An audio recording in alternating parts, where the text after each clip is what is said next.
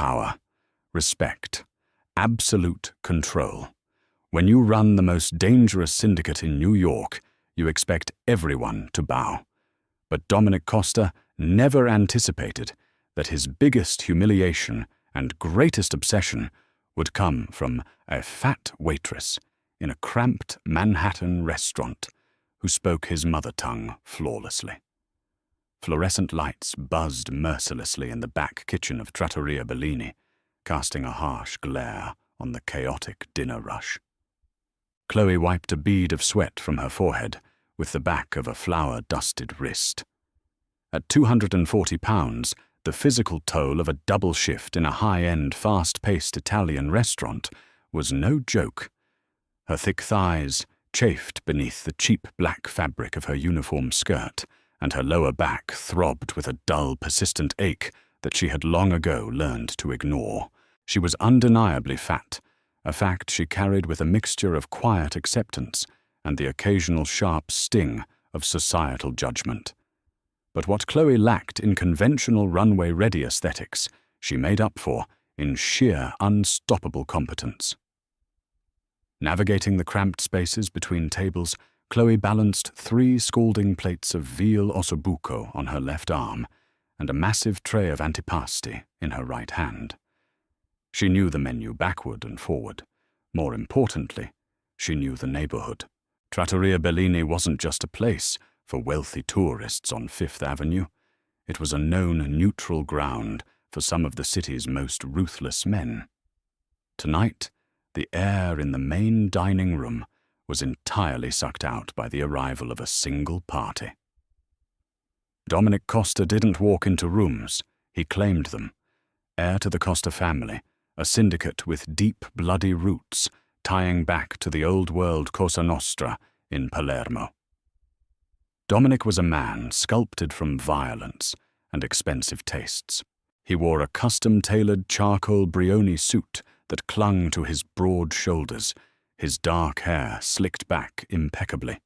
Flanked by his 2 top lieutenants, Luca and Vincent Dominic, moved with the predatory grace of a man who held the city's lifeblood in his hands. Whispers rippled through the restaurant. Cutlery was set down quietly.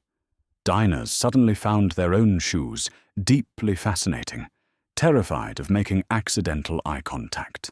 The maître d', a usually pompous man named Leo, practically tripped over his own feet, rushing to guide Dominic's party to the VIP booth, tucked in the shadowy corner of the restaurant.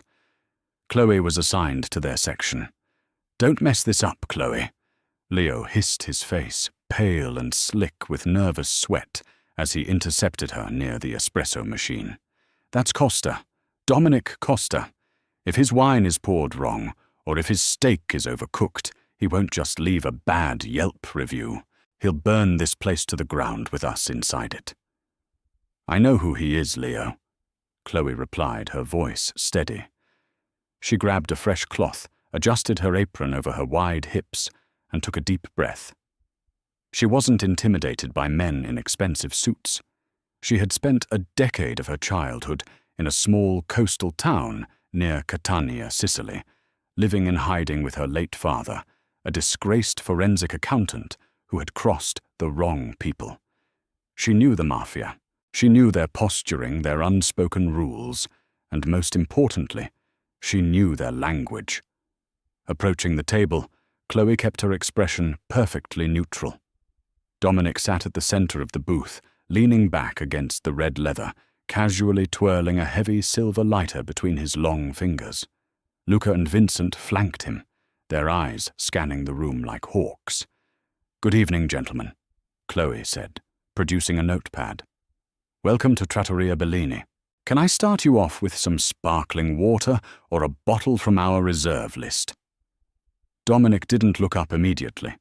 He finished lighting a thick imported cigar blatantly, ignoring the city's indoor smoking laws, knowing nobody would dare enforce them on him. He exhaled a plume of blue smoke, and slowly his dark, calculating eyes drifted upward. His gaze raked over her. It was not a look of interest. It was a thorough, degrading appraisal. He took in her round face, the thick curves of her waist, and the way her apron strings dug into the soft flesh of her sides. A cruel, arrogant smirk touched the corner of his lips. He turned to his men. Instead of addressing her in English, Dominic shifted effortlessly into a rapid, thick Sicilian dialect, the kind of hyper-regional slang that even mainland Italians struggled to comprehend. "Guardate questa!" Dominic sneered to Luca, his voice dripping with aristocratic contempt. "Look at this one. They feed the pigs exceptionally well in America. I'm surprised she can even walk to the table. We'd better order double, or she'll eat half our plates in the kitchen before they even reach us." Luca and Vincent chuckled low and guttural, sharing a look of cruel amusement. They assumed, as everyone did, that this overweight, thoroughly American-looking waitress with the name tag Chloe was just another clueless local, completely ignorant of the venom being spit right in front of her face. Chloe's pen froze on the paper. For a fraction of a second, the humiliation burned hot in her chest. It was a familiar, tired script. Society always reduced her to her size, stripping away her intellect, her history, and her dignity, just because she carried extra weight. But the humiliation vanished instantly, eclipsed by a surging, icy wave of pure defiance. Her father had taught her the Sicilian dialect to survive, to understand when the wolves were at the door. He hadn't taught her to cower. She took a slow, deliberate breath, letting the heavy silence stretch for one agonizing second. Chloe did not look away. She did not blush. She did not retreat. Instead, she clicked her pen shut with a sharp, echoing snap that cut through the low hum of the dining room. She leaned forward slightly, resting her knuckles on the edge of their white-clothed table, bringing herself uncomfortably close to Dominic's personal space. When she spoke, her voice wasn't the polite, high-pitched customer service tone she had used moments before. It was low, raspy, and laced with the exact same harsh, rolling, regional accent Dominic had just used. "Se prestassi tanta attenzione alle tue buone maniere, quanto al mio girovita, Don Costa."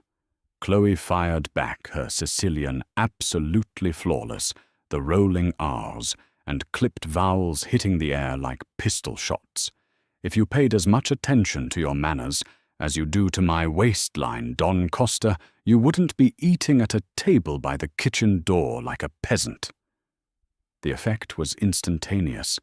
Vincent choked on his glass of water, coughing violently into his napkin. Luca's hand immediately dropped beneath the table, his instinctual reaction to a perceived threat, sending his fingers straight to the grip of his concealed firearm. But Dominic froze. The silver lighter slipped from his fingers, clattering loudly against the fine china on the table. The cruel smirk was violently wiped from his face, replaced by an expression of pure, unadulterated shock. His dark eyes widened, snapping up to meet hers. For the first time all evening, he wasn't looking at a fat waitress. He was looking at a ghost. He was looking at an equal. The heavy, oppressive silence stretched between them. The surrounding tables seemed to vanish. "Chi diavolo sei?" Dominic demanded, his voice dropping an octave, slipping back into the dialect. "Who the hell are you?" "I am the woman taking your order," Chloe replied in English, seamlessly shifting back to her professional demeanor, though her eyes blazed with unapologetic fire. "Now, we have a fantastic tomahawk ribeye on special tonight. Or if you're worried about my appetite, I can bring you a simple garden salad. Your choice." Luca half stood his face, turning an angry shade of crimson. "You insolent little—" "Sit down, Luca," Dominic commanded softly. He didn't raise his voice, but the absolute authority in his tone caused his lieutenant to drop back into the booth instantly. Dominic's eyes never left Chloe's. The initial shock was melting away, slowly replaced by a burning, intense curiosity. The air crackled with a sudden, dangerous electricity, He leaned forward, bracing his elbows on the table, studying the fierce defiance in her round face, the set of her jaw, the way she refused to break eye contact, despite knowing exactly who he was and what he was capable of. Women in his world were usually slender, heavily manicured, and terrifyingly submissive. They agreed with him. They feared him. This woman did neither. "Catania," Dominic murmured, testing the sound of the word. He recognized the specific inflection in her accent. It wasn't just general Sicilian. It was Eastern. It was the streets of Catania. "You learned to speak on the Eastern Coast. Who taught you?" "My father." Chloe answered, keeping her tone clipped and guarded. "And he taught me that true men of respect don't need to insult the working class to feel powerful." Dominic let out a sudden bark-like laugh that startled even his own men. It wasn't a mocking laugh. It was genuine. It was the sound of a man who was utterly, completely captivated. "I apologize," Dominic said smoothly, switching to perfect, unaccented English. He reached out slowly, moving his water glass to the side, clearing the space between them, as if removing a barrier. "You are right. It was a crude peasant's remark. I am Dominic. I know who you are. The whole city knows who you are," Chloe said, unyielding. "And yet you stand here lecturing me." Dominic observed a dangerous smirk returning to his lips, though this one was devoid of the earlier disgust. It was predatory, intrigued. "Tell me your name." "Chloe. Your last name, Chloe, from Catania." Chloe hesitated. Her last name was Evans, adopted by her father after they fled. But giving him any personal information felt like handing a loaded gun to a madman. "Just Chloe. Now are you ordering, or are you just going to interrogate me while my other tables wait?" Dominic held her gaze for 3 long seconds. He was a man who took what he wanted. And right now he realized with a strange, twisting sensation in his chest that he wanted to know absolutely everything about this woman. He wanted to know how she carried her weight with such armor, how she learned his language, and how she managed to make him feel utterly off balance with a single sentence. "The ribeye," Dominic finally said, leaning back. "Rare. And bring 2 bottles of your best Barolo." "Right away," Chloe said, turning on her heel. "And Chloe," Dominic called out, just as she took a step. She paused, looking back over her shoulder. Dominic's eyes were dark, tracking the curve of her hips as she stood her ground. "You are the only one who serves this table tonight. Nobody else. Do you understand?" Chloe didn't nod. She just gave him a sharp, knowing look and walked away toward the kitchen. As the swinging doors closed behind her, Dominic Costa reached down and picked up his silver lighter. He ignited it, staring into the small flame. For the first time in 10 years, the ruthless boss of the Costa family wasn't thinking about territory money or blood. He was thinking about a waitress who had just put him perfectly beautifully in his place. Service dragged on for another 3 grueling hours, but the atmosphere inside Trattoria Bellini had fundamentally shifted. Every time Chloe stepped out of the kitchen, she felt the heavy, undeniable weight of Dominic Costa's gaze tracking her. He didn't stare like a predator waiting to strike. He watched her like a man trying to decipher a complex, ancient text. He noted the way she carried the heavy trays without a tremor, the way she effortlessly commanded the bus boys in rapid Spanish, and the proud, unyielding posture she maintained despite her obvious exhaustion. When Dominic's party finally rose to leave just past midnight, Leo the maître d'hôte practically bowed them out. Dominic didn't spare Leo a single glance. He walked straight up to Chloe, who was wiping down a nearby table. He reached into the inner breast pocket of his bespoke suit, pulled out a thick linen envelope, and slid it onto the polished wood under her rag. "For the exceptional service. Dominic murmured, his voice a low rumble. And the education. Before she could respond, he was gone, sweeping out the glass doors onto Fifth Avenue, with Luca and Vincent trailing like shadows. Chloe opened the envelope.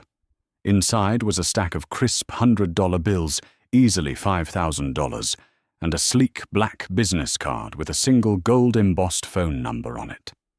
Nothing else.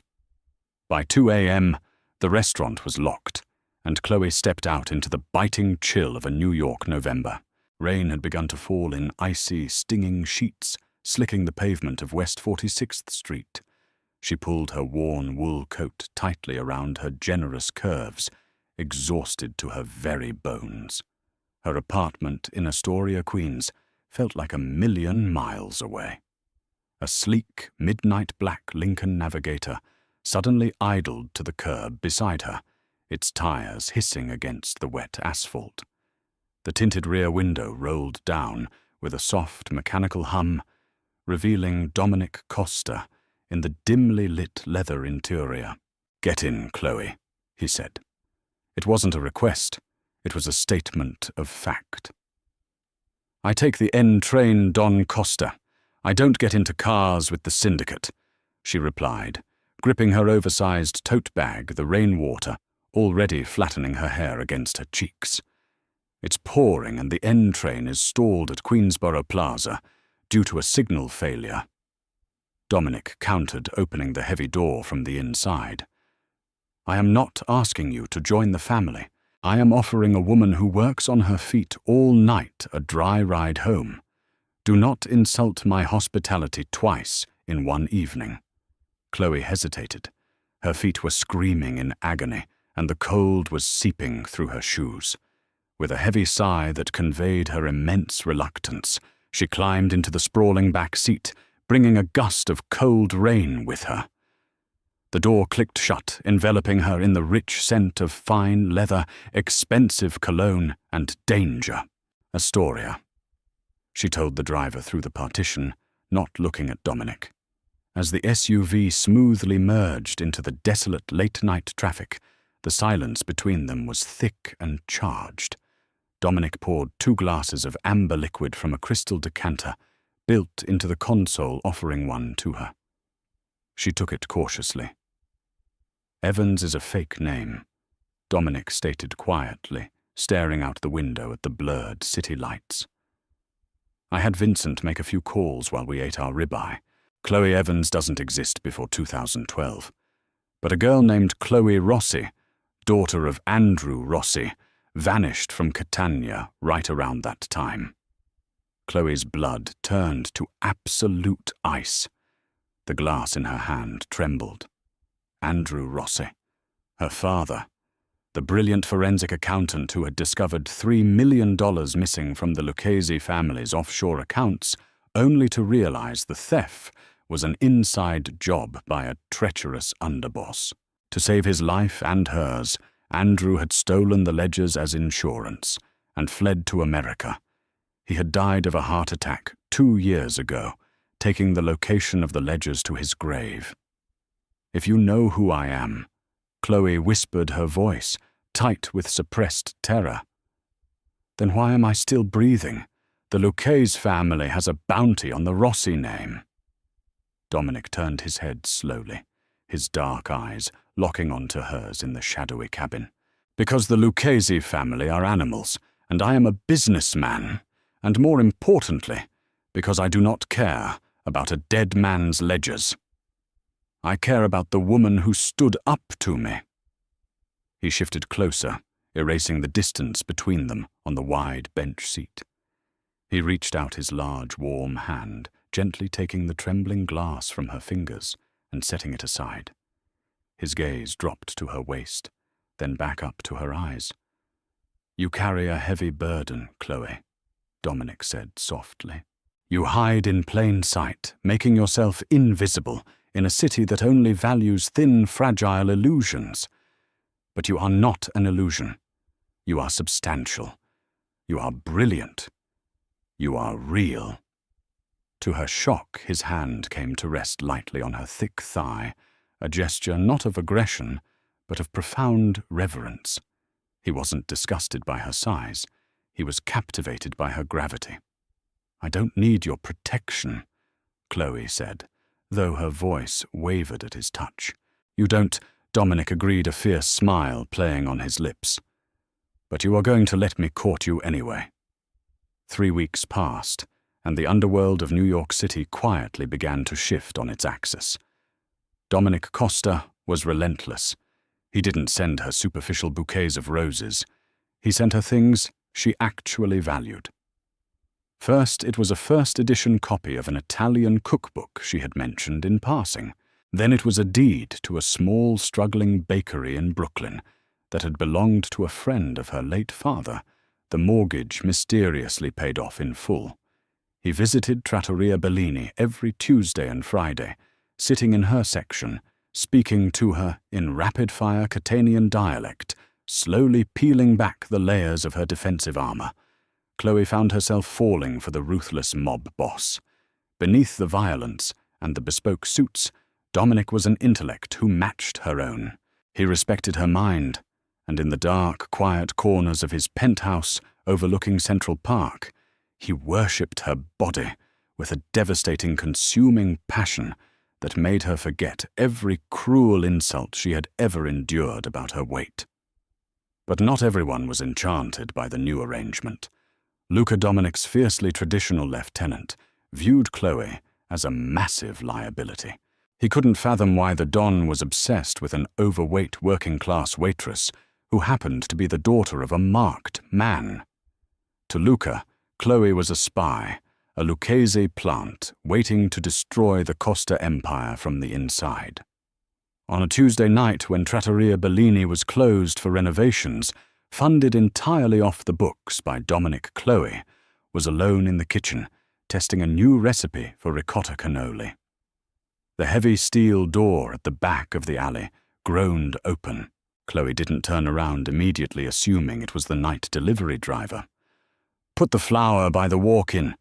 Please," she called out. The distinct click of a pistol hammer being pulled back echoed through the tiled kitchen. Chloe froze.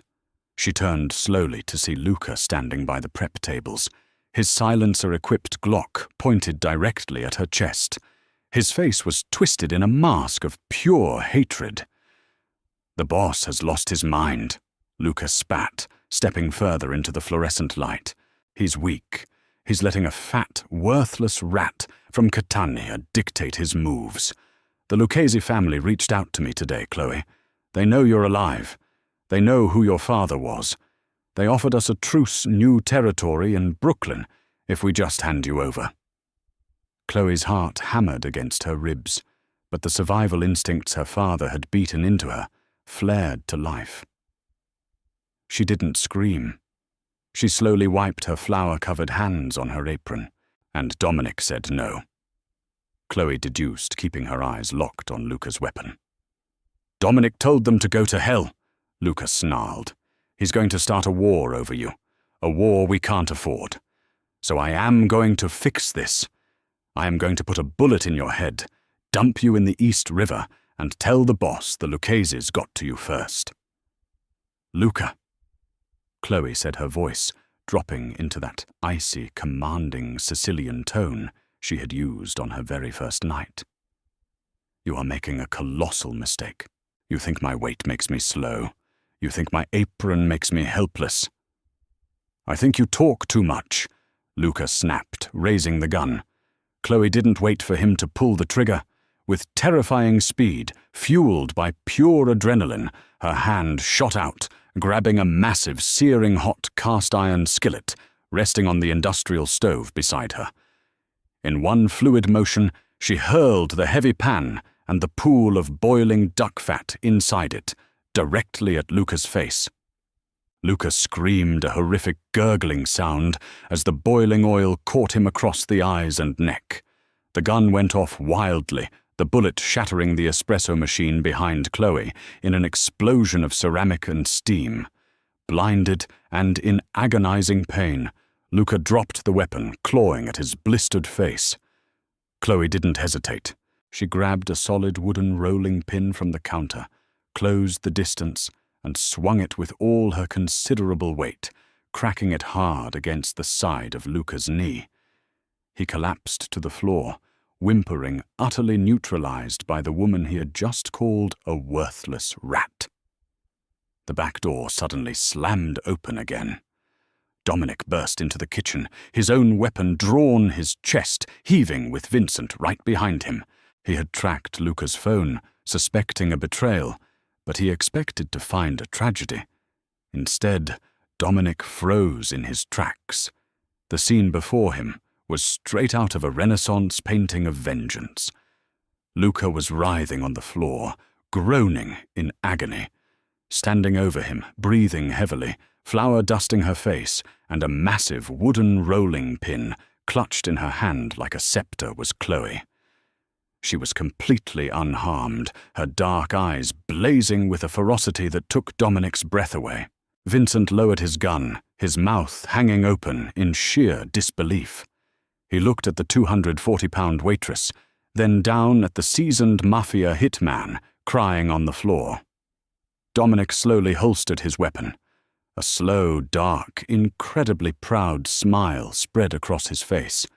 He walked past the moaning Luca, not even giving his former lieutenant a second glance, and stepped up to Chloe. He gently took the rolling pin from her grip and tossed it onto a metal prep table with a loud clatter. "I told you." Chloe breathed her hands, shaking slightly now that the adrenaline was fading. "I don't need your protection." "I know Mia Regina," Dominic murmured, cupping her round face in his large hands. "My queen. I know. You are the most terrifying, magnificent creature I have ever known." He kissed her deeply and fiercely, amidst the smell of gunpowder, shattered espresso, and hot oil. It was a seal of absolute devotion. Dominic broke the kiss and looked down at Luca. His voice turned to cold steel. "Vincent, clean this garbage up. If he survives the burns, take him to the warehouse. He will beg for death by the time I am done with him." "Yes, boss," Vincent said, quickly, rushing forward. He looked at Chloe with a newly minted, profound respect. "Are you okay, Miss Chloe?" "I'm fine, Vincent," she said, straightening her apron. "Just a little mess in my kitchen." Dominic wrapped his arm around her thick waist, pulling her flush against his side. He didn't care about the flour ruining his suit. He had finally found his equal. The Costa family was about to face a war with the Lucchese syndicate. But as Dominic looked at the fierce, brilliant, unapologetic woman in his arms, he knew they wouldn't just survive it. They would conquer it all. Because New York was about to learn a very hard lesson. You never ever underestimate a Sicilian woman, especially one who knows exactly how much space she deserves to take up. Did you see that twist coming? Chloe absolutely destroyed Luca and proved she is not someone to mess with. Completely flipping the script on the mafia boss trope. If you loved seeing this fierce, curvy queen claim her throne and put the underworld in its place, smash that like button right now. Share this video with fellow mafia romance fans and don't forget to subscribe so you never miss another epic pulse-pounding story. Drop a comment below with your favorite moment.